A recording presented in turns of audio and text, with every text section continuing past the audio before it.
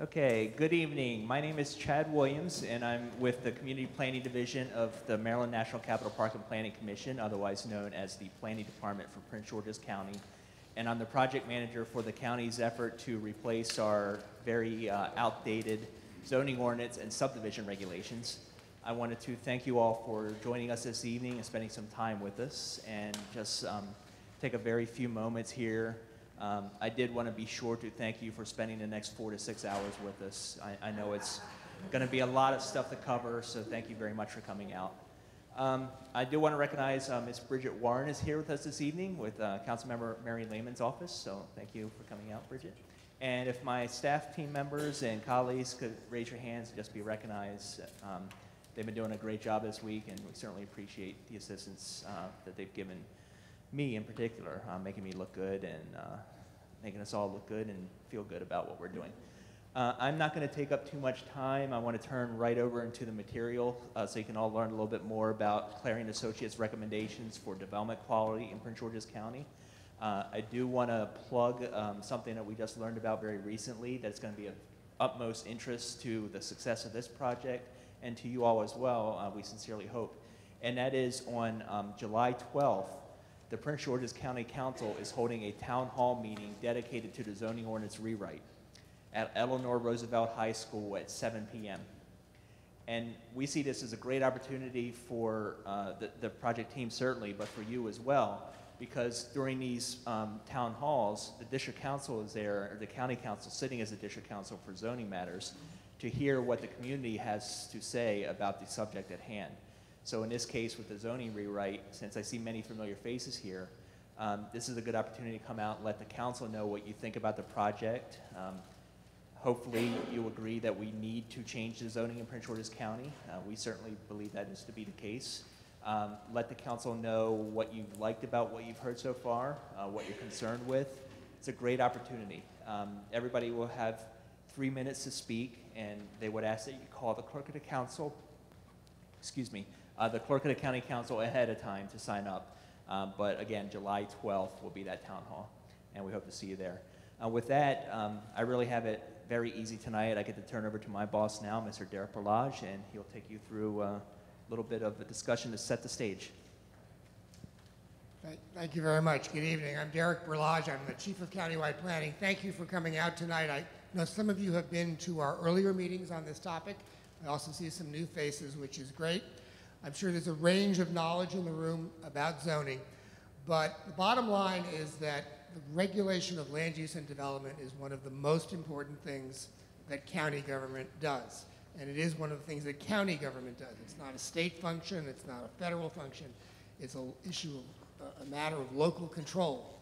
And the single most important tool that our county government and our county council have to regulate land use is the zoning ordinance. There are a bunch of laws that affect development, but the zoning ordinance is the most important by far. It's what decides what can get built, where it can get built, and what it's going to look like when it's built. And it is the goal of a good zoning ordinance to maximize benefits to the community when development happens. Landowners and developers pursue their property rights, and that's their right. But as they build, we want to make sure they do it in a way that is good for the neighborhood and good for the county at large. And I'm sure all of you in your lives have seen development that made the community better. And I bet all of you have seen 1 or 2 examples of development that didn't make the community better. And when that happens, it's because the zoning ordinance failed. We're a great 21st century county, and to get great 21st century development in our future and protect our existing neighborhoods, we need a 21st century zoning ordinance. We don't have one right now. We have a zoning ordinance that's over half a century old. It's reached over 1,000 pages because it's been amended so many times, and it does not work well for residents who can't read it and understand it. It doesn't work well for the business community that often has trouble understanding it as well. And even we, the professionals who have to administer the ordinance has gotten so complex that even we sometimes have to work hard to figure out what it's really calling for.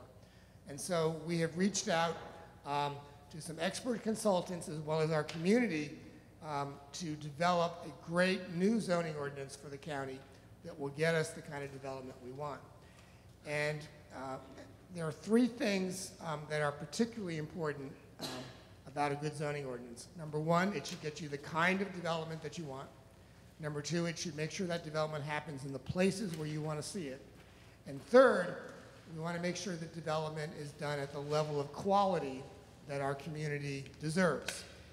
What you're going to hear about tonight, and this is Module 2, the second wave of the draft legislation, is mostly that third part, quality, because these are the development standards.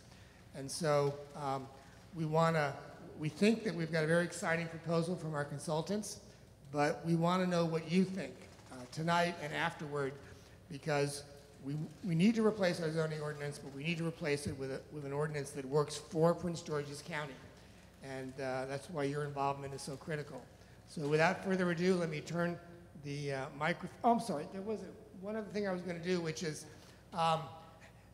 they're going to talk about their proposals, which are very interesting, and to some extent they can be technical. Hopefully you'll be able to follow them all. But one of the things we've decided would be helpful is, as you're listening to the presentation, that you know the kinds of things that we want them to try to achieve. And so we have what we call the emblems of quality. And we're looking for a zoning ordinance that will give us attractive development. So that's one emblem of quality. We're looking for development that's green. We all want to be more green. We all want to be more sustainable. And so we're interested in a zoning ordinance that will encourage green building and well-designed communities. We're looking for an ordinance that will be bicycle friendly. We want more and more to be able to get around by bike or by walking and not have to rely exclusively on the automobile. And finally, we are interested in an ordinance that provides neighborhood protection. That's the meaning of the umbrella. Because we know that we're going to get lots of new development in the county. There's a lot of new development happening within a short walk of where we are tonight. I'm sure you're aware of it and have seen it.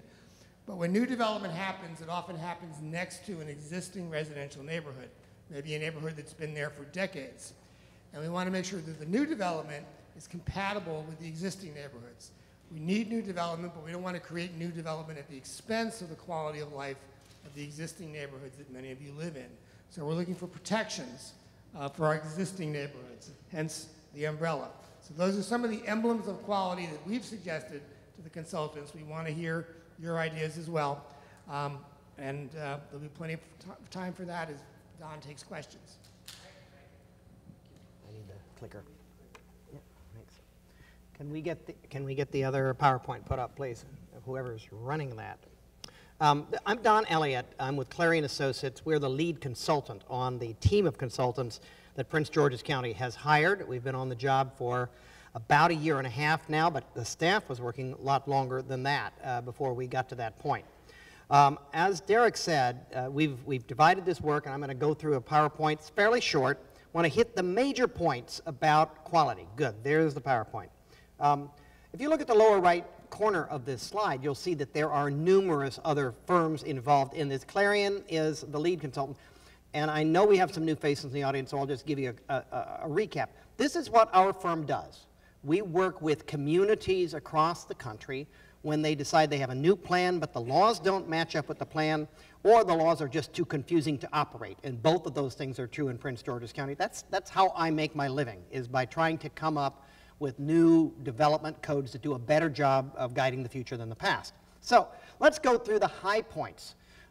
If zoning has a fun part, this should be the fun part, because this is where you learn about how it's going to look and how we can make it look better when it happens in Prince George's County.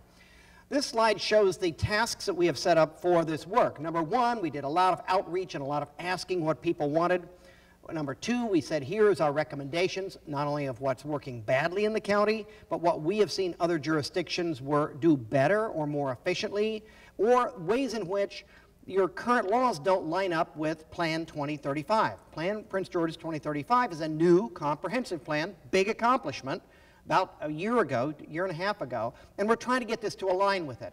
The yellow square in the middle of this slide is the drafting steps. So step 3 after you set out the roadmap is, okay, let's put some text in front of people and some drawings as to what's needed.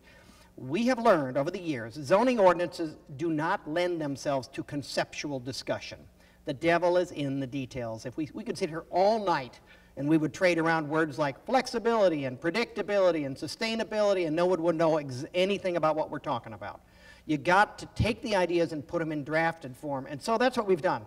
And we do it in 3 parts. Module 1, as Derek said, was to come up with a list of zone districts and what you could do in each one with permission or automatically. Can I do a hotel? Can he do a gas station? Can they do townhouses? And where in the county? That was rolled out a couple of months ago for discussion. We got a lot of comments, and we want comments. Module 2 is how good does it have to be? Okay, I read Module 1. My neighbor does have a right to do townhouses. How do they have to lay them out? Parking, landscaping, lighting, quality, materials. How does it look and feel as a neighbor to where I live? This is about how good does it have to be. And if you look at the list, Module 3 is who needs to approve this? Does this go to the county council because it's a big deal? Is it something the planning board can approve? Is it something staff can approve? We have not drafted Module 3, but that will be out in a couple of months. So just briefly, we try to put out there what can you build and where can you build it. We put out how good does it have to be, and then we put out whose approval do you need to do this. Then we test it. We try to see if it's working better than the old one, things that you want to have happen more easily, things that you want to not happen at all. See if it works better, and then we roll it all together, all 3 modules. We take the stack of comments that comes in and try to weave in as many of those comments as we can from the public and from the stakeholders and from county council, who we've briefed, and from the planning board, and try to make the best compromises and competing values that we can. Then it goes for adoption and implementation. This is not as complicated as it looks. The colors indicate that Chapter 27 is the zoning ordinance. Chapter 27 of the county code is the zoning ordinance, and Chapter 24 down at the bottom is subdivision regulations. For those of you who don't live and breathe this stuff, zoning tells you what you can do on your property.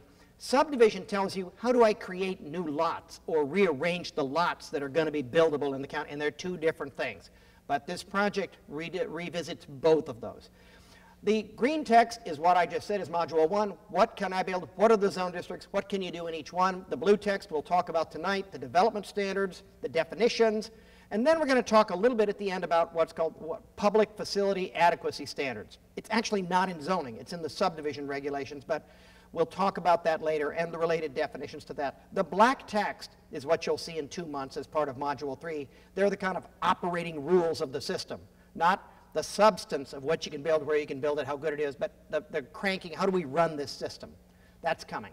Here are the themes that were established at the beginning of this project. Try to be more user-friendly and streamlined, bringing in best practices, updating things that are clearly out of date, and of course, just aligning it with Plan 2035. I'm a planner and a lawyer. Craig is a planner and a lawyer. For some odd reason, we love doing this. Derek is exactly right. If your zoning and subdivision do not align with where you want to go in your comp plan, you have thrown away the 2 most important things you can use to make the future different. So you got to get it right. Here is a table of contents. And this is why I say that this is an exciting part of the project. Look at all the things that are addressed here. How much open space you need, landscaping, fencing, lighting, parking. Is it enough parking? Is it too much parking? Building design, agricultural compatibility, neighborhood compatibility, signage, all the interesting things about why don't you like the one next door, the building next door, or the one on the corner? What's wrong with it? Most likely it is a failure to do the right thing in this chapter. Whoops, oh, I don't have that. This is running off a PDF. I'd like to start with just about 6 topics and just 1 or 2 slides on each topic that kind of highlight the big things in Module 2. It's too big to read. I beg you to read it. Love you to mark it up. You can write you're an idiot in the margin as long as after that you write what you want to do differently. That's okay. You mark it up, do whatever you want, or send a note in to Chad. But let's just talk about some of the big things. Derek led off with neighborhood protection. If I had to summarize the directions we've been given, the emblems that Derek commented on are exactly right. We think what the county's looking for is A, economic growth, and B, neighborhood protection. Basically looking for how do we protect the neighborhoods from the impact of that growth. This is a new chapter, neighborhood compatibility standards. If you look at the top of this slide, Anytime you have a low density, let's say single family or even townhouse development, low density zone district, and next to you is zoned, or somebody succeeds in getting rezoned some land for anything on the bottom, multifamily, townhouse, live work, anything non-residential, a store, a gas station, a theater, whatever, anything that it's not a living space or a mixed-use development, anytime that happens, this chapter says a bunch of things happen. The bullets on this slide say, these are all the topics addressed by it. Anytime you have that adjacency problem, quiet living neighborhoods adjacent to something that's going to be bigger and more intense, and it happens everywhere. It cannot be avoided. Every community has those adjacencies. Building heights come down. You place the buildings so that they have as little impact on the neighborhood as possible. Open space is located to buffer the neighborhood. Signage is oriented away from the neighborhood. Hours of operation can shut down earlier so that the neighborhood is protected. Building materials and the designs can match what's going on in the single family or low density neighborhood. Clarion, our firm, Clarion Associates, believes this is really important. Every time we put this out there, people look at the text and they debate it. Some think it's too strong, some think it's too weak, but some version of this we strongly feel has to get in here because this kind of makes it automatic. You don't have to worry when that raw land goes into commercial development. Let's start at the beginning. If it's zoned that way, they have a right to do it. Now the question is, how do they do it? And are they going to have to just plop it down, or is it going to have to respect the fact that it's next to the neighborhood? And the answer is this makes it automatic that it's respecting. Don, what if the zone district, that guy comes in and he tells me he has a right to do 60-story buildings, and this chapter says he can do 35 because he's next to me and he has to be no higher than a single-family house. Which is right, 60 or 35? Answer, 35. This supersedes the height limits and the other design limits in the other areas because of the location. Middle of the zone district, go to 60. Don't have to do this stuff. Edge next to families, got to do this stuff. The second topic I'd like to talk about is green building standards and incentives. Talked about green and sustainable. It's written all over Plan 2035. How do you do that? How do you be market flexible so that you get economic growth in the county, but you still try to get everybody to make greener buildings and more sustainable buildings and developments than before? We have suggested a point system. And if you look up here, you can look at the top bullets. If you're doing something very small, under 10 units, under 10,000 square feet of gross floor area, you don't have to do this. But if you look below that, if you're doing a medium-sized project, you have to earn 3 points into the system. If you do a big project, you have to earn points. How do you earn points, Don? Here's how. There is a table that says there are some things that earn you half a point, 1 point, 2 points, 3 points, and these are the things that are included. You include these in your development and you earn points. When you get to 3, if they only need 3, we don't care which 3. It is your choice. It's a balance between letting the builders do what's efficient or do what their clients want, and the fact that everybody but the most small developments has got to do something that the county pre-agreed is a good contribution to greener development. You can see what it is, if energy efficiency, cool roofs, green roofs that treat storm water, community gardens, electric vehicle charging stations. People like this list, but we've already gotten lots of suggestions about how to make it better. You'll see the second one. You get a point for redeveloping a polluted site, because that is something that needs to be done over time. We had somebody come in and say, how about a point for putting your development in a vacant commercial building? That's a strip mall that's been vacant. We'd like to have it used. Vacant buildings are not a good thing. What about extra points if you're reusing an existing structure? Good idea. So this list is not magic. It's a tool that we've used in other communities, and it'll be right when you say it's right. When people add things and say that's not good, that's no good. Energy efficiency standards are pretty hard. We put them in there, but they change all the time. Things that were best practices 5 years ago are now common practice. But after we review this and tweak it and try to encourage it to be what Prince George's County wants, we believe this is a good tool. Now, what if I earn more than 4 points? Donna had a big development, but my client wants to do a green development. He wants people who want sustainable office buildings. He wants sustainable research. Just by making my client happy, I'm going to earn 6 points. What do? Answer, there are incentives. You can earn, and you can look at the bottom, an additional dwelling unit per acre, additional floor of height, more lot coverage, and a little parking reduction. But I want to call your attention to the top part of this slide. Yes, if you earn more than your minimum number of points, you can get more development potential. If we do this right, then the costs of the things that you earn more money. So developers say, I would like to earn more points. I would like to make a greener building because this is worth something to me. But look at the top. They apply in the in the top 2 tiers of zoning districts. Basically, under the menu of districts that we put out a few months ago, these transit-oriented and activity centers are the places where your comprehensive plan says you want intense, multimodal, walkable, sustainable urban development. So Don, can this guy who's going to build townhouses next to me, can he get an extra floor by doing this? No. It's not usable in residential neighborhoods, not unless you're next to a transit center. If you're in a place where the plan is encouraging more density, they could, but that is a very small part of the land area in the county. So that's the green development. Third of the 6 categories I want to talk about is open space set-asides. These are private. The county has always had a system where when you subdivide land or you zone or develop new land, you need to give the county a certain amount of land for parks and recreation in particular, other facilities too, but parks and recreation, because that's needed to accommodate the new people who will live and work in your development. That is staying unchanged. You still need to do that. After you give the land to the county has to build and maintain it.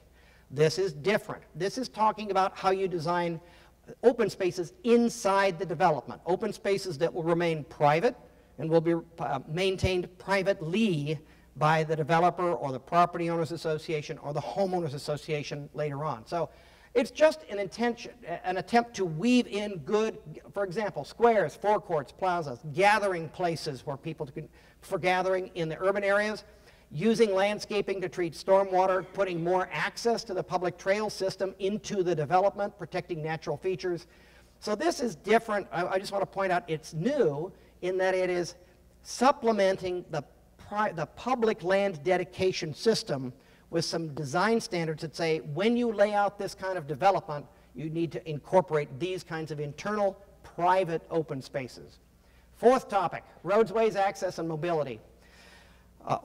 This has got its own chapter, and in most new codes it does. It didn't used to, but the point is, not only is the intensity, people focus on how tall can the buildings be, how many people will be there, are they actually going to happen near my home, am I adequately protected?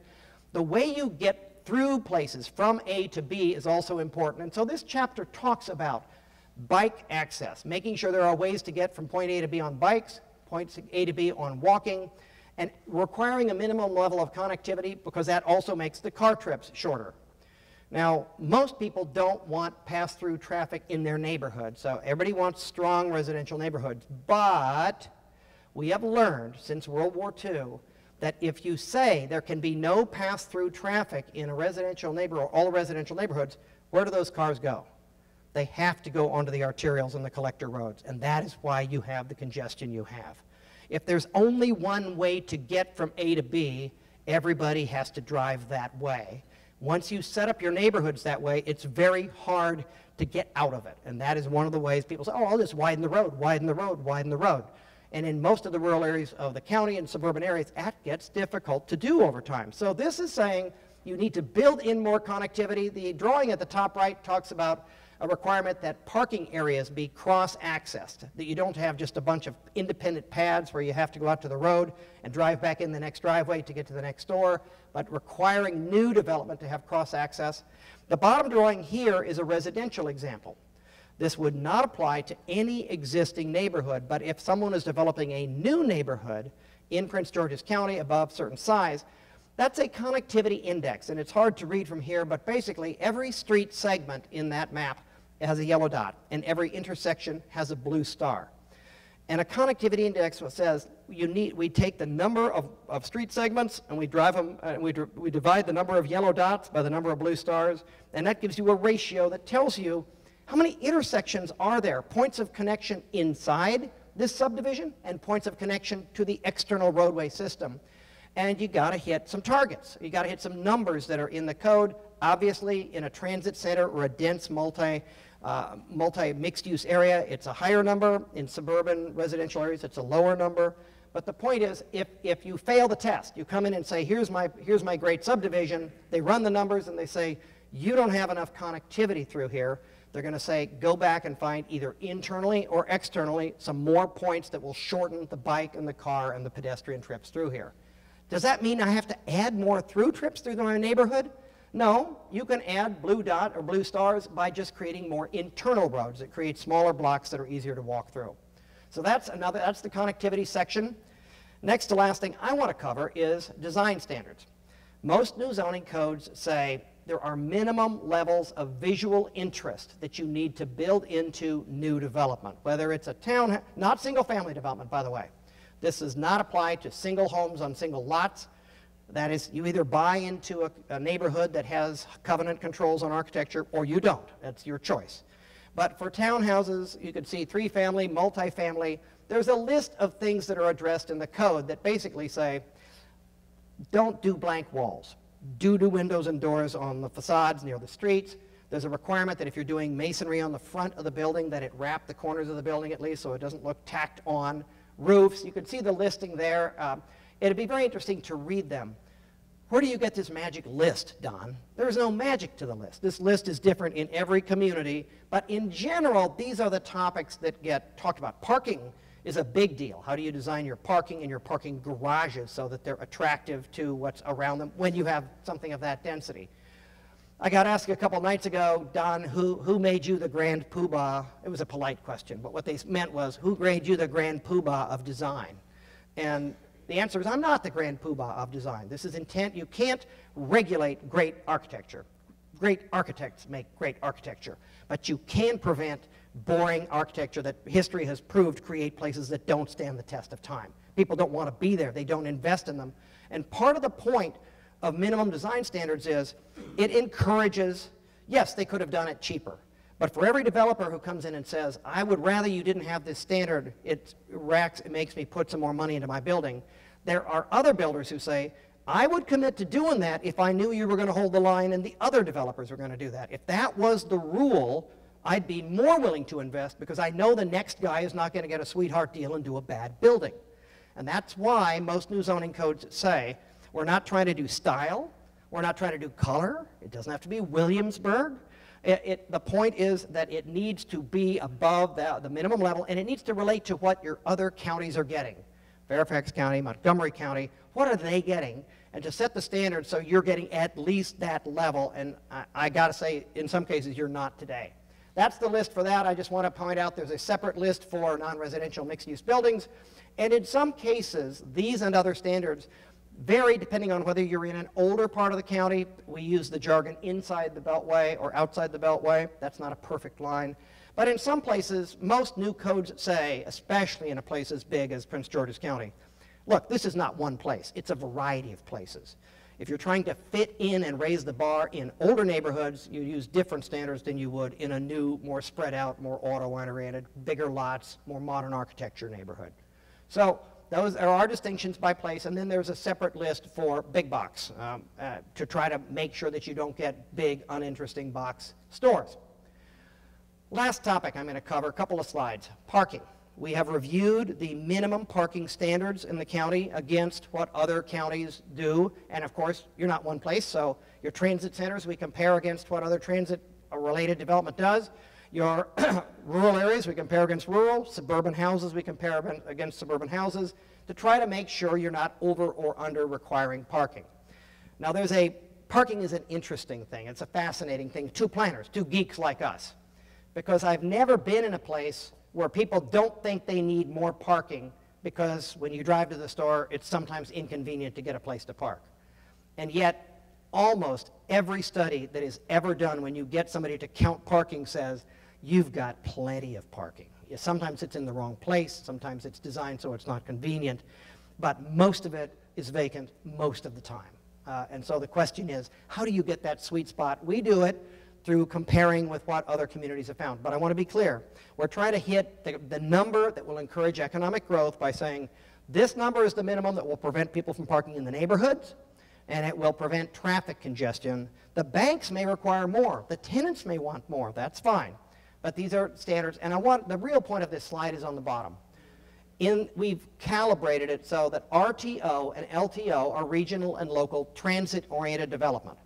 Our regional, mostly metro station areas, local, mostly bus areas where we have good bus transit, they get lower parking standards because some people ride transit. The next range is the neighborhood and town activity centers, transitional activity centers. AC means an activity center. And those get higher standards because there's less transit and more of them are going to drive. When you get down into the rest of the county, there are some distinctions between older areas that are more fine-grained, harder to fit parking in, and newer areas where more people drive and they have bigger lots and it's easier to get parking in. So the point of that bottom slide is it's not one size fits all. We have said the amount of minimum parking depends on where you are in the county. Does the county tailor things now? Yes, they tend to, but through a pretty complicated negotiating process. This is trying to calibrate that so you can tell builders and tell the neighborhoods how you're calibrating it and to align it with the type of place it is. Last slide that I'll do before turning it over to Craig for just a couple more topics is bicycle parking and parking lot design. Lots of times the reason people like or dislike parking is because it's designed badly. So there are parking lot and parking garage design standards, bicycle parking strengthening, basically requiring more bicycle parking than your previous code requires. And then transportation demand management is often abbreviated TDM, is simply an option in the code. It says, and I'll give you an example, the county should be able to enter into contracts with big developments as to how they're going to manage their parking. An example of transportation demand management would be a person coming in and saying, I'm going to build a big office complex. I have a right to do it. It's a zone for office. I've looked at your numbers and I need to put in 600 parking places. But you know what? This is a green client, and I'm a big believer in green.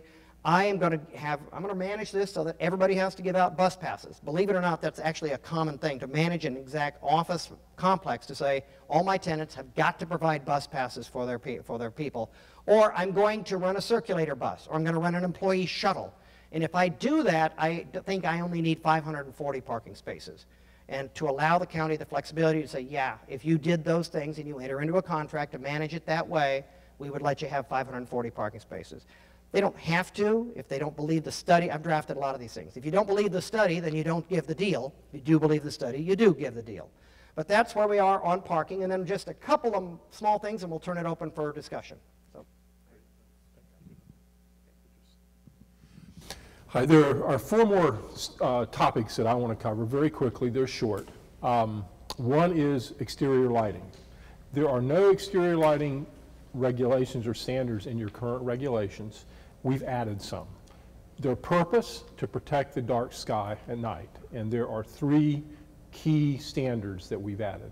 Number one, there will be a requirement that all lighting on private lands have full cutoff fixtures. In other words, that's to ensure that the direction of the lighting is pointing downward toward the ground, not outward or upward. Secondly, there is a requirement for maximum illumination levels, in other words, at the property line, to ensure that the brightness of the lighting are at reasonable levels. Thirdly, there are maximum height requirements for light poles. They vary by zones. Commercial poles are higher than those in residential areas, for example, but they ensure that you don't have light poles that are extremely high and obviously affect the dark sky. Secondly, Don talked about the neighborhood compatibility standards. We have also included agricultural compatibility standards to protect active agricultural operations from new development, residential, commercial, industrial, that moves in adjacent to the agricultural development. There are 3 or 4 key standards. One is there's a requirement that there be a 100-foot buffer between that new development and the agricultural activity. Secondly, there's also requirements for fencing and additional vegetation. And finally, there's a requirement that the lots at the edge between the agricultural activity and the new development be larger than is typically required in the zones where this new development is located. The purpose for that is to ensure there are transitions into the agricultural area just to protect their activities. In addition to that, we have revised the fence and wall standards. We have generally carried forward the maximum height limits for fences with a few refinements. Secondly, we have added some material standards to improve the quality of the appearance of fences in the county. The County Council just recently adopted a provision that requires fences that are in close proximity to streets and public right-of-ways to provide for the finished side of a fence to be on the exterior, basically to improve appearance. We've also added some additional landscaping requirements along those same fences to improve appearance. Finally, we have made revisions to the sign regulations. The primary changes are we have modernized the sign illumination standards. We have added new standards for digital displays, electronic signs. So with that really concludes the presentation of the standards. So later on, we do want to save a little time at the end of this meeting to talk about the adequate public facility standards we talked about earlier, but this we need to do this fairly quickly to get it out in front of you, but we'd love your questions, and especially if we've confused you, or if you came here to comment on any of this, or you just want to comment. Yes, sir. Wait, we have a woman with a microphone over here, so Amani will bring it over. I arrived late, so you may have addressed this. Regarding dark skies, what data did you use in order to arrive at your numbers? The heights of the poles, the illumination? In terms of the height, we basically looked at best practices that have been used by other communities, and then there's some of the literature had illumination levels, and we used that. There is a model dark skies ordinance out there. We did not, this is not that. I'll tell you, even though we all like the dark sky. The dark skies ordinance is pretty hard to administer, but the light pole heights and the foot candle levels are similar to the ones that they would recommend in that standard, and we've used them in other communities. Thank you. You talked about the layout of new subdivisions. One of the things I didn't hear anybody mention was the word alleys. And I grew up in DC, and we had great playgrounds. They were called alleys. And we had great connectivity because it was laid out in a grid fashion. I see some of these developments today that you've got to drive for hours just to get out of the development. There's one road in and one road out to the main highway. Is that the kind of the thing we want to talk about for the future? Well, the connectivity part, definitely. I would have bet you a cup of coffee that the first question would be somebody who didn't want as much connectivity as we were requiring, but you want more, so that's good. I just want to be able to get in and out of the neighborhood and have multiple paths, as you talked about. And one of the problems with I see in today's layout is you got to go around and around, but there's only one real road to get you out to, say, Route 1 or 95 or wherever the heck you want to go. The bigger point you're making is addressed in here through those standards. Do we require alleys? No, we do not require alleys in this. But do you allow alleys? Yes, you do allow alleys. Yes. I haven't seen any in a design in a long time. It's kind of interesting. My office is in Denver. Denver, some of you may know, got the opportunity to redevelop its old airport site recently, and Stapleton Airport. It's an award-winning, walkable, sustainable thing. And even in Stapleton, which was in the heart of a city, knitting into it more like your older inside the Beltway areas, because it was embedded in a grid of streets, some of the builders wanted to build alleys, and some didn't want to build alleys. So that, what I would say, is an award-winning new development. Even in there, they found they wanted to do some, but some people just won't buy alley product. They don't like them. And so what the county does is allow it to do both ways, and we have not changed that. So. Come on, nobody's shy in Prince George's County. Yes, ma'am. Let's bring the mic over to you. So. I just wanted to ask you to go into a little more detail about the protections for residential communities and adjacent industrial properties. Okay, let's go back to that slide just so it's up in front of all of you. The criteria, right there, there's the criteria. So first of all, it would apply, when we say non-residential, industrial is non-residential development. So if you happen to have a residential area next to an industrial development, these would apply. They are the standards here in terms of buffering, putting the open spaces between to buffer the industry from, to buffer the other use from the residential. They would all apply. Let me clarify with my colleague Craig, we don't have separate standards for industrial. These standards apply to whatever you're doing Yes, next to any- it. So it's not a different standard. Whether it's a bank building, whether it's an office building, whether it's industrial, they all need to follow the standards that are in there for protection. And are the specific, you mentioned building height and Yeah. setbacks, are the specifics? Yes, they are, in yeah. the- They're kind of so complex. In the module? Yes, they are. They're in the module, and I'll tell you the heart of it, and that is that I'll tell you two things we're thinking about. The details are in the book, but the essence of the draft that's there now says that any part of the new building that's next to residential that is over 35 feet, over the height that is the maximum height in your residential zone. It can't exceed the maximum height of your buildings until they are 150 feet away from those buildings. Does that mean the whole building has to be pushed back 150 feet? No, it doesn't. If you have a two-story house or a 35-foot height limit, they could put a two-story wing of that house within that time, not right up to the property line, they'd have a setback, but you could build the short part of the building, and as you got to 150 feet, you could build a taller building. Now, where do we measure it from? We've had discussions with staff. Do you measure it from the wall of the nearest house, or do you measure it from the property line? We're still talking about that. And we've written standards for cities that do it both ways. I can come up with an argument for both ways. Part of the trade-off here is you want it to be simple enough that staff can administer it easily so it doesn't take a lot of time. So should it apply across streets? Right now, it does. It says that, all right, you have your property side, you bought the lot next to the commercial site, and your side lot or your rear lot is right up against a non-residential use. Well, what if I'm across the street from the residential use? The draft says yes, it is covered. You would still measure that 150 feet. Even if they were across the street from you, you would have to set it back so that there was 150 feet of distance. But how you measure it, we've had some recommendations that instead of saying that the building has to be no more than 35 feet high and then it can get higher, maybe we need a sloped kind of a measure on there. We could do that. In general, people aren't doing that, but we could do that. So there are many details. I'll tell you the story of, we had this discussion in a different community a couple weeks ago. And in that case, they had put in a 100-foot distance. You have to be 100 feet away before the building gets tall. When I told the neighbors 100 feet, they said, what are you smoking out in Colorado? You know, that is way too short. That's no kind of protection at all.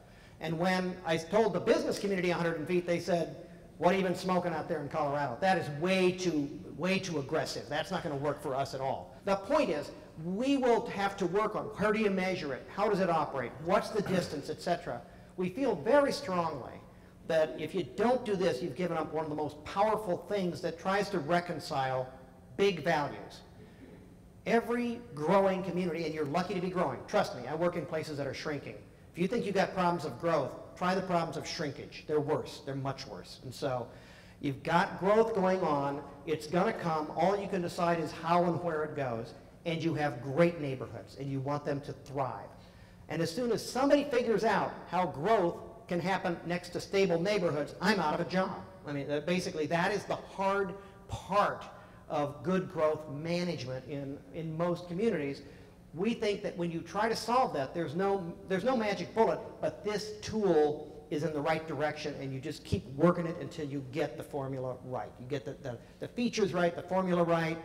Are you going to allow parking lots or not? Are you going to allow drive-throughs or not? Everything has a trade-off, and we work it through with the community, so we're looking for your comments as to whether we got a good start on it. Yes, ma'am. The green building standards, are those for just new communities, or does that apply to? Yeah. Okay, the green building standards, does that apply only to new buildings, or can that be implemented with existing communities? It applies to new buildings. Zoning operates prospectively. Let me get the next question. Because if you sit tight and just sit in your building and don't go for a permit to do anything to expand or renovate your building with the county, there's very little zoning can do. The city can spend economic development funds, they can do parks funds, they can make the street better, they can spend taxpayers' money to improve it and try to improve the context so you get better development. On the other hand, That's one end of the spectrum. You sit tight, zoning can do very little. Second end of the spectrum, I'm building a new building. You bet zoning applies to you. A new subdivision, new building. But in between, there's a question. What if I'm investing a lot of money in an old shopping center, in an old industrial building? I am renovating an old townhouse development. And so in between, the code says if you're doing a certain amount of investment, basically if you're expanding the footprint of what is on the property next door, though, even though it's not a new building, parts of the zoning will apply to you. So there's not an on-off switch. It's on when you build a new building. It's off if you sit at home and watch TV. But we try to calibrate it so the more significant the investment you're making in an old property, the more of the new zoning standards you have to come into compliance with. So, another question from anybody?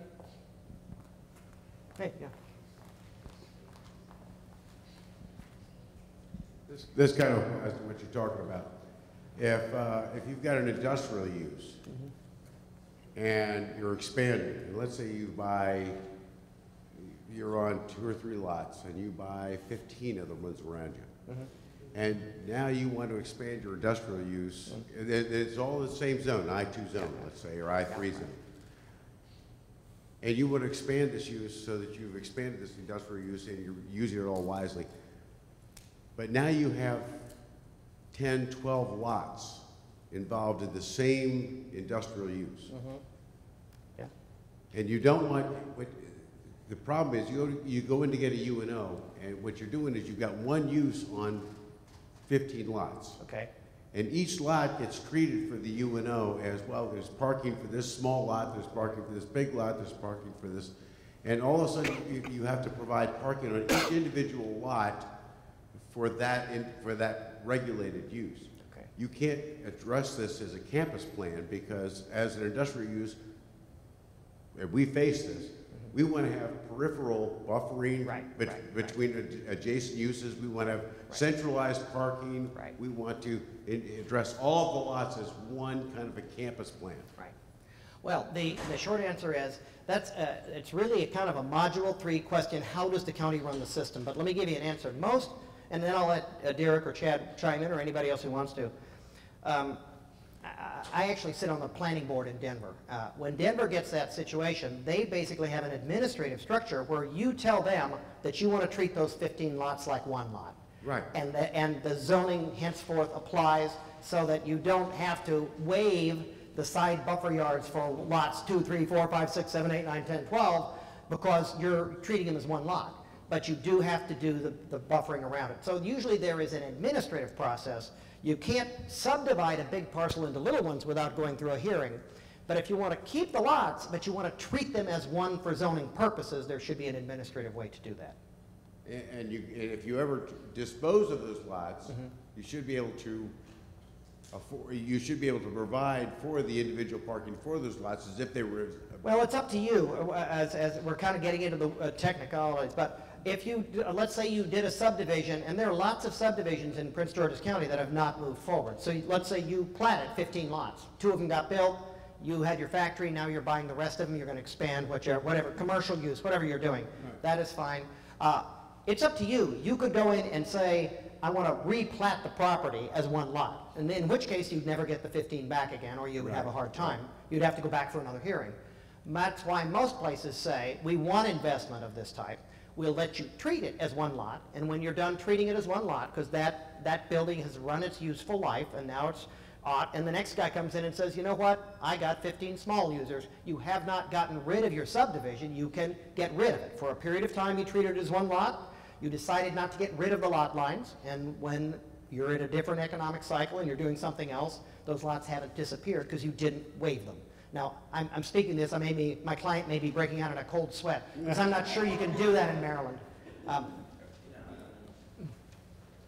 No, I don't really have much to add on that. This sounds like a very in-depth, specific question, so it might be better to talk about it after the meeting in a little bit more detail. We can get more information and follow up on that.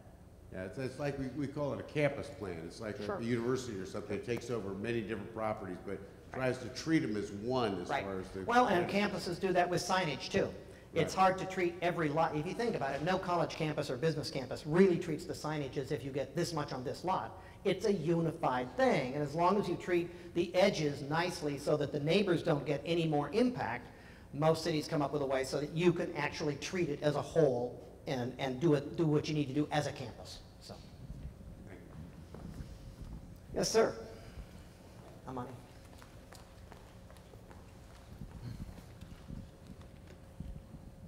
Hi, two comments. On the last bit about the dark skies and with the light, height, and intensity, one thing that might be considered is the color balance of the light or color temperature of the light.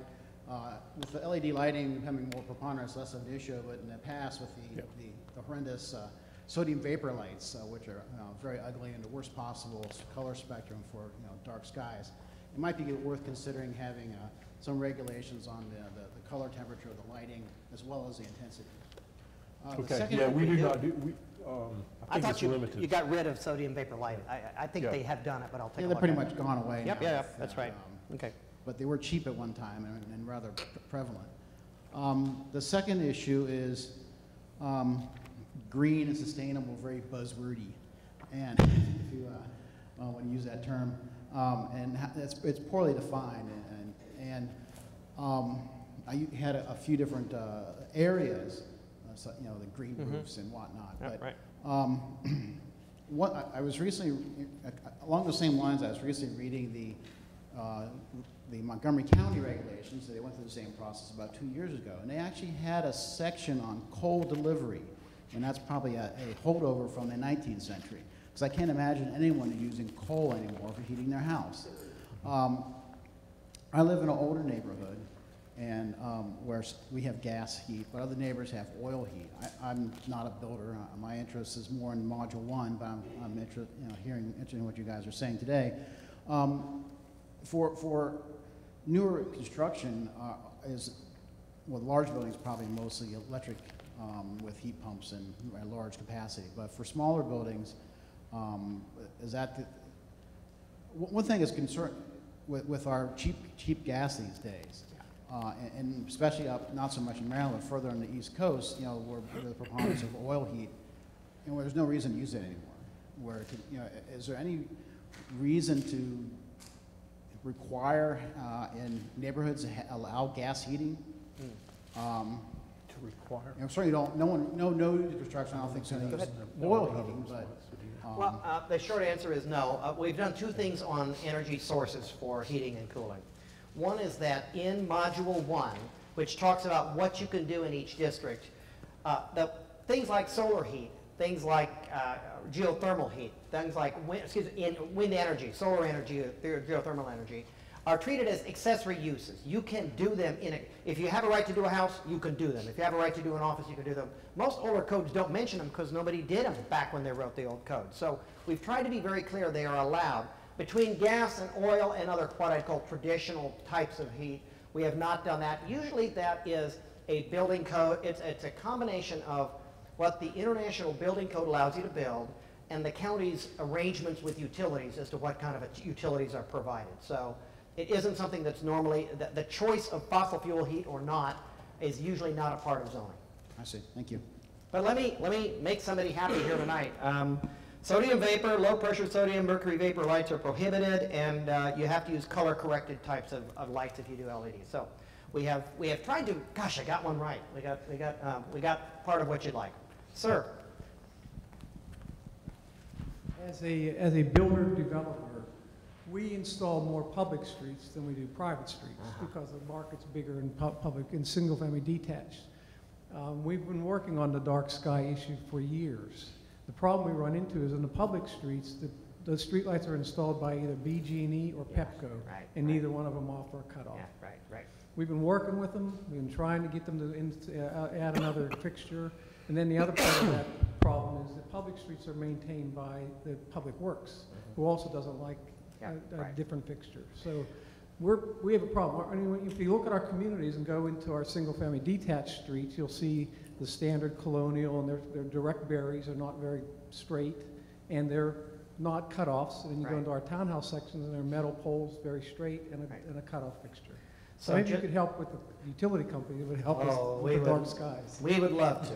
The stories of utility companies and county governments not getting along are pretty frequent out there. Just so everybody understands, if a street has been given to the county, it's a public street, and they are subject to the utilities requirements for lighting. If a subdivider develops a subdivision, the county requires them to build them to the county standards. But that also means the standards that the street lighting company is going to require, because that's how they maintain them. Once you give them to the county, they got to maintain them. The utilities got to maintain the light fixtures. We all wish they would have different standards. They don't. Many people have said that. What the standards we've gone through in terms of downcast lighting and cutoffs and light pole fixtures really apply to parking lot lighting. It is not public street light, for the reasons you say. We'd love to have it apply everywhere, but it doesn't. But for example, shopping centers, office complexes, industrial things, what it does say is if you were talking about industrial adjacency, you know, everybody needs industry. I'm not beating up on them, but there are plenty of industrial uses that would just like to put a wall pack light on. It shines light all this way to the stars, all the way to the ground, and all the way to the horizon, because it's cheap. It's cheap to put in, it's cheap to run, and you just spray light over the area. That's not allowed anymore. So the point is to direct it and get it so that it has no light trespass, minimal light trespass at the property lines. And as Craig suggested, almost all new codes have this. It sounds like rocket science, but it's not rocket science. If you do about 4 things right, you make a huge improvement in what the quality of life is in the areas around those things. So that's what's in here. But we're talking private lighting that is not going to have to be taken over for maintenance by a utility. So. Anything else that we can, yes, you can. I can speak. All right, okay, that's fine, okay? With your map you had of having, and the comment about having more drive-through in communities, there was a news report this week. I work in the tech sector, so I stay on top of technology. And there was a news report about, I think the app is called Waze, W-A-Z-E, and apparently it's causing a lot of problems in neighborhoods where people monitor where all the congestion is, and then they worm their way through neighborhoods. Yeah. And this is causing some neighborhoods to put up barriers. You have the elderly people drive real slow through them, or other things like that. And so this is kind of what you're suggesting is just goes opposite of that. Yeah. Well, we had questions come up, I think it was last night, but it might have been the night before. We've had 3 meetings, one in Central County, one in South, now we're in North. The question was, all right, Don, logically I understand your argument, but I still don't want drive-through traffic in my neighborhood. And my argument is, okay, but I still think you probably want shorter trips within the neighborhood if you could. One of the questions was, can we have traffic calming tied to that? Can you do traffic calming so that, in fact, traffic calming means narrowing streets or having speed bumps or having things that slow down? And the answer is we're not requiring it in the draft. That is a matter, once again, as this gentleman can tell you, of the road standards of the county, how they make you build those roads or not. So basically, it doesn't prohibit it, it doesn't allow it, but this gentleman's pointing out a good thing. No one likes traffic through their neighborhood, and yet we know what happens when you don't have enough connectivity. You wind up with very congested roads that you can't build yourself out of, and so we're trying to find a middle ground, and we still recommend that the connectivity index is a good way to go. If we test it and it looks like it's going to allow too much, then we have to tweak it and come up with a different standard. I suppose you could even decide you don't like the tool. But even communities that don't use the connectivity index tool generally require what this woman said about more than one way in and out, more than one way through, simply because the price of everybody protecting their own turf from any through traffic is that the highways don't work, and you can't make them work. And so that's one of the lessons we've learned over the past several decades. So, any other questions? Or if you're really shy, we'll stay around. Let's talk, maybe we'll move on to adequate public facilities. We have one more small topic, 2 slides. And let me change, you do it, Craig, but I'm going to set the stage. We've been talking zoning, and some of this has to do with how you lay out subdivisions. But in your subdivision regulations, you have APF, Adequate Public Facilities Requirements. And they basically are a set of formulas that the county has had for quite some time that talk about when you bring in a new development, Is there enough road capacity to handle the anticipated cars? Is there enough capacity in the school building? We're talking buildings here. Is there enough roads as a facility? School building as a facility? Is there a fire station nearby that could serve them? Is there a police station nearby that could serve them? Talking about facilities. And the county has a set of formulas that you run it through, and you got to pass. And the example we would give is this: I'm going to build 10 houses. 10 houses, or I'm going to build 100 houses. As an average, houses produce 10 car trips a day. It seems high to most people, but that's what it is. So that's 1,000 car trips. Will the road that you're going to put the cars on handle 1,000 cars? Good news, it will. So Don goes home with a piece of paper in his hand that says, good news, you can handle the cars from this district. Now Craig comes in the next day and says, I want to do the same thing. And you run the numbers again and say, I'm sorry, it won't take another 1,000 cars, it'll only take 800 cars because there's not enough capacity on this road according to our standards. You can't build, you need to fix this. And Craig says, yeah, but Don never built his stuff, and he may never build his stuff. You're holding that capacity and preventing me from building because that capacity is gone. And in fact, it's become a problem for the county. There are 2 or 3 problems. One problem is this one. The county issues determinations of adequacy and they never expire. That's very rare, and it's created a real problem because there's phantom cars, phantom roads, phantom things that actually don't exist that are being used to drive whether new development can happen or not happen. Second thing that's happened is that some infrastructure is very lumpy, like fire stations, police stations. There aren't all that many of them. You need them. Police want short response times. Firemen love short response times. You need short response times. You need some fire stations. But to have a formula that says when I walk in and say I'm going to build an office building, they say, you know what? This area is more than 7 minutes away from a fire station. You can't go forward till you build a fire station. Well, that's not fair. It's not my fire station. And it's a kind of an awkward tool to do it. And because of those issues, police stations are the same way. They can't, what do you mean I have to build it or I can't go forward? It's everybody's, there are thousands of people who are going to benefit from this police station. Why do I have to fix this problem? So APF is a kind of a clunky tool to do that, but the second problem that happens is that it tends to stymie development because infrastructure is lumpy, and because of that, the county has actually weakened some of this in the past and said, don't enforce it because it doesn't work. And we've been asked to look at the system and recommend some changes. So Craig can walk through them. Well, I think Don mentioned the county's existing APF system has been in place for numerous years, well over 10, 15, 20 years. The facilities that are evaluated are carried forward with one exception, and that exception is the fire rescue facilities, for a lot of the reasons that Don identified. It's a countywide system, the metrics or the analysis is required is unworkable. In fact, for the last year or so, the county has not applied the fire rescue APF, and there is a surcharge that's being charged today for fire rescue facilities, which is assisting in the funding for new fire and rescue facilities as new development occurs. One of the things that has come up in the meetings that we've had over the last 3 days is several folks have raised, well, fire rescue and police facilities are very similar. So if you're going to exempt or not carry forward the fire rescue facilities, how about the police facilities? So based on those comments, we will take a look at it, but right now they're being carried forward. Secondly, in terms of the procedural review of the APF, we have made a change. We have consolidated the procedural review into one section. And the other change we've made is the planning director, not the planning board, is going to make the determination or decision on adequate public facilities. It is appealable or will be appealable to the planning board. But this is a very technical decision, and in most all communities where APF is used, you have a professional level staff person that is making the decision.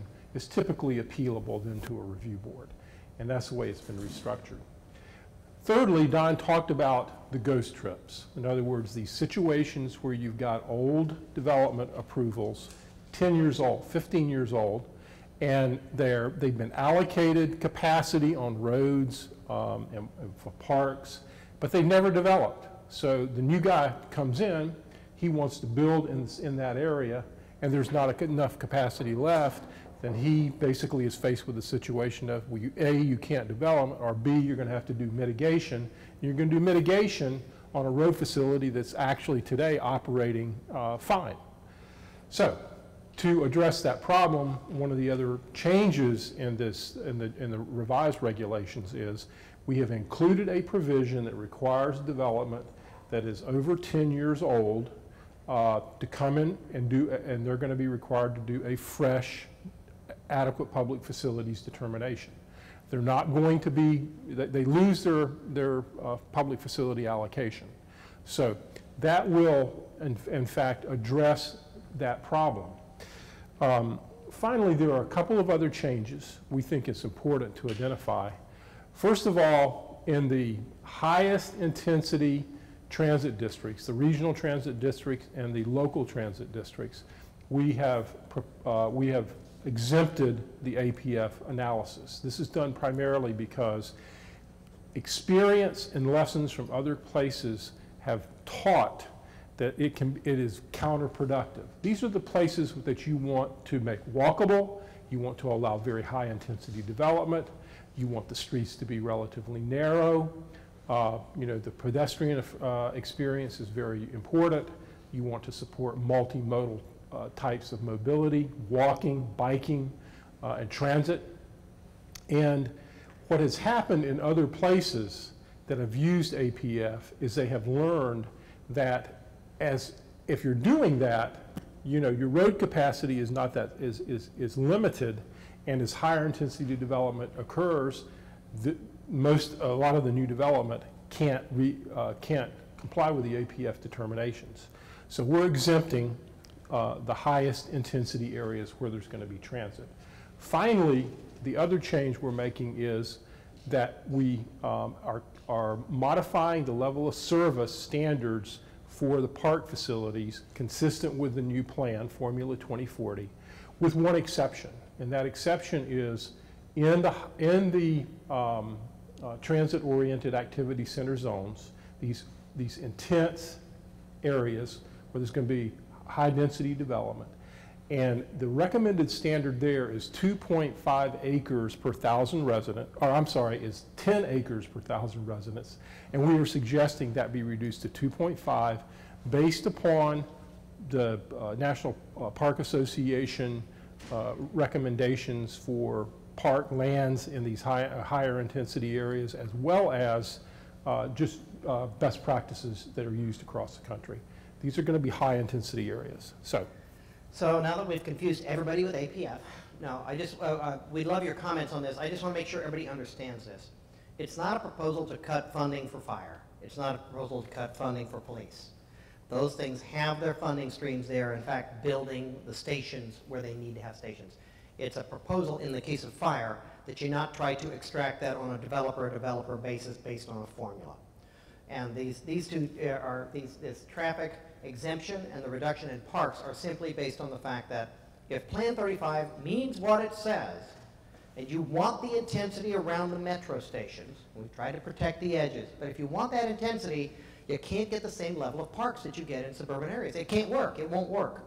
Just as I described, parking can't be as high as it is in suburban areas. You can't devote that amount of time to parks and to parking and still get the intensity you want. And the argument on transit is the same thing. So enough said. APF was a system designed to be misunderstood. So we just try to avoid misunderstandings as to what the recommendations are and are not. Yep, there you go, Amani. Yeah, you were mentioning that fire and police stations had to be considered when in some of these development areas. And I was kind of getting the impression that we're considering the fire and the police as the same type of thing, when in fact they're really totally different. You'll notice the police do not spend all their time sitting at the police station. That's right. They're usually sitting around in the cars waiting for you to go by. That's right. The fire department, on the other hand, sits and waits for you to call them. Yeah. They don't drive around. That's right. Yeah. So I can see where the location of a fire station is more important to a community than the location of the actual building for the police station. Yep. Because the cars can go anywhere. You're completely correct. That's exactly right. Not only is good police service less tied to the location of it, because they're out driving around, but the fire station is. I just wanted to tell people, there is active planning going on and funding for police and fires. They know exactly where they want them. If you ever talk to a fireman, they don't like working with more than a 7-minute response time. That's what they do for a living. They want fire stations where they can get 7-minute response times for things. So that's going on, and you're right, they're different.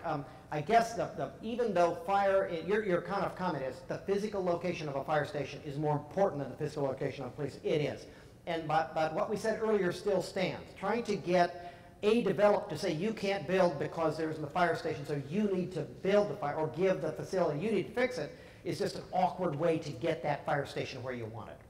Schools are almost the same way. If you try to extract schools from people, often the school district will say, look, we got a very sophisticated plan for where we put up schools. It doesn't have to do with where people are trying to develop and where you're trying to extract things from them. In a perfect world, we turn this all into money, and then it could be fungible, we do the right thing, but you don't have that system here. And so this is trying, by the way, I just need to say, as Craig said, the fire stuff, you won't notice any difference from the fire because the council has told staff not to implement it for the last several years. It ain't working, so they're not doing it. The police standard has been made very easy to meet. So even if the decision is made to get rid of it, I doubt if you'll notice any difference because they aren't working, and to be very honest, as a responsible local elected officials, they've kind of said, then stop doing what doesn't work and wait till we get these consultants on and let's try to fix the system. So that's what's been happening generally. Yes, sir. I'm still a little confused. Are you saying if you've got a zone that you can develop in, but we don't have the coverage for the fire or the police yet? Yeah. And I believe you said that you're not trying to burden the developer to provide that police or fire stations before they can build without, it penalize him because he's the only one moving next. Right. The answer, Clarify that. I'm sorry? Clarify that. All right, so on paper today, if I try to build an office complex and the formula says you don't have enough fire protection, the city says you can't go, or the county says you can't move forward until you fix that. Well, how do you fix it? You can't build your own fire station. How do I fix that? So because of that, 5 years ago, you would have said, we can't move forward, we got a problem. County commissioners said, county council said, that's not working, stop putting them through that hoop, let them go ahead. But what the real solution is, you have a surcharge on building permits. The county that went to the state legislature and got authority to gather more money to pay for fire and police services, and you've solved the problem through money. And so therefore, the kind of hanging on old system of trying to go individual developer by individual developer and say, you don't pass, you don't pass, you don't pass, you've got a problem. Oh, I guess we can't have a problem everywhere, so we're going to waive it, has been superseded by a funding stream that is paying for that stuff, and so we're trying to take it off the books in the case of fire. The test that you as a builder would have to try and fail and then find a workaround is not working now, so we're proposing to get it off the books.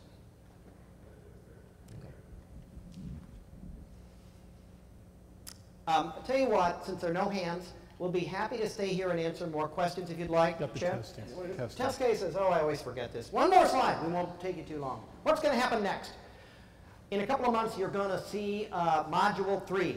Module 3 is an attempt to say, look, as we continue to talk about, did we get the zone districts right? Did we get the heights right? Did we get the community protection right? Did we get the landscaping right? Your comments are always welcome. We'd love them. Sooner is better than later.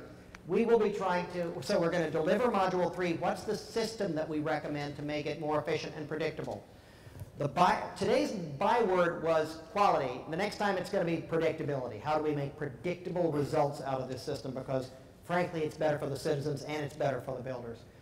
But we're going to be testing. And basically, we want to test whether this new draft code makes it harder to do the things you don't want and easier to do the things you do want. And the way you do that is we're going to choose 8 different projects.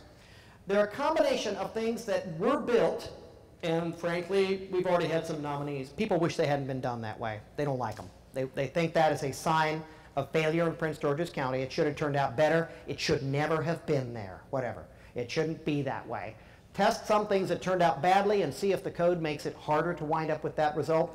test things that Fairfax or Montgomery County or other counties are getting around their metro stations and in their activity center that you're not getting, and say, would this make it easier for them to do that? And so the testing is always very interesting. Well, we do this for a living. Don, don't you get it right all the time? No, we don't get it right all the time. We don't get it right till we try it on real development processes or ones that we've seen built elsewhere. And basically, staff and the consultants will go through and say, all right, here's how we do it under the old laws. Here's how we do it under the new laws. Are we happier with it? Now, we said 8 up there, but in fact, I'm sure we'll get 40 nominees because everybody has their favorite things they wish hadn't happened, or the favorite thing they see in Arlington that they wish would happen. I'm just making that up. But the point is, we test both the good and the bad and the ugly and try to figure out whether you'd be happier with the result that came out here. When we do that, we usually find that we've got some unintended consequences and we made some mistakes. So we like to do it because it finds the problems in what we've drafted and we try to fix them before it goes for adoption. I just want to emphasize, we love your comments in any form you want to get them to us. All of this is just to try to get to a draft that is good enough to begin the public approval process. This isn't a hearing. There won't be a hearing until we roll it all together at the end and we try to make as many of the people who've commented happy that we've done what we can to include their comments. And then we get to a point where it begins the process of consideration in formal public hearings. So basically, we're spending 2 years, and this is typical for a complicated place. Review it, make sure the public and stakeholders, understand it, review it again, knit it together, test it, put it forward, and at that point, you have a proposal. At this point, all you've got is stuff from Clarion Associates that we think reflects good practices and that the staff has said this is good enough to have public meetings on and get feedback on. It's not right. It'll be right after they comment. And somewhere in the fall, you'll have something that is ready to be put into a formal adoption process, and then formal testimony will begin on it. So thank you all for coming, and we'll stay around. Yes, sir. You guys, if you're doing these projects that you're going to analyze and Yep. find out what worked and what doesn't, what criteria are you going to use as far as when they were introduced to the county and Yeah, how are we going to choose the testing sites? I don't have a formula. Well, other than what I've put up on the slide, I'll probably say give me four that should represent the difference between intense multi-development or industrial development. Give me a variety of old stuff that you wish would come out differently. Give me a variety of stuff that you liked or that you see elsewhere. It's just a negotiating thing with the county. If you've got things you'd like us to do, let us know. If you'd like to test something, let us know. But for example, we don't throw out everything that came in before 1960. Usually it's fairly current stuff because you need to have it operating under, what you're trying to compare is the laws that are working today versus the ones you're proposing. If you go back too far, it's not the laws that are working today. So. we always have some use that other drivers around and they Right. say, well, now that I've been here the last 10 years, I don't like what happened That's right. 50 years ago. No. And No. that's the bad decision. So, but if anybody has things that you love or hate, and you either wonder why don't we get it, or why in the world did they approve this, send them in, because we'll consider them as test cases. Thank you again, all of you. Thanks.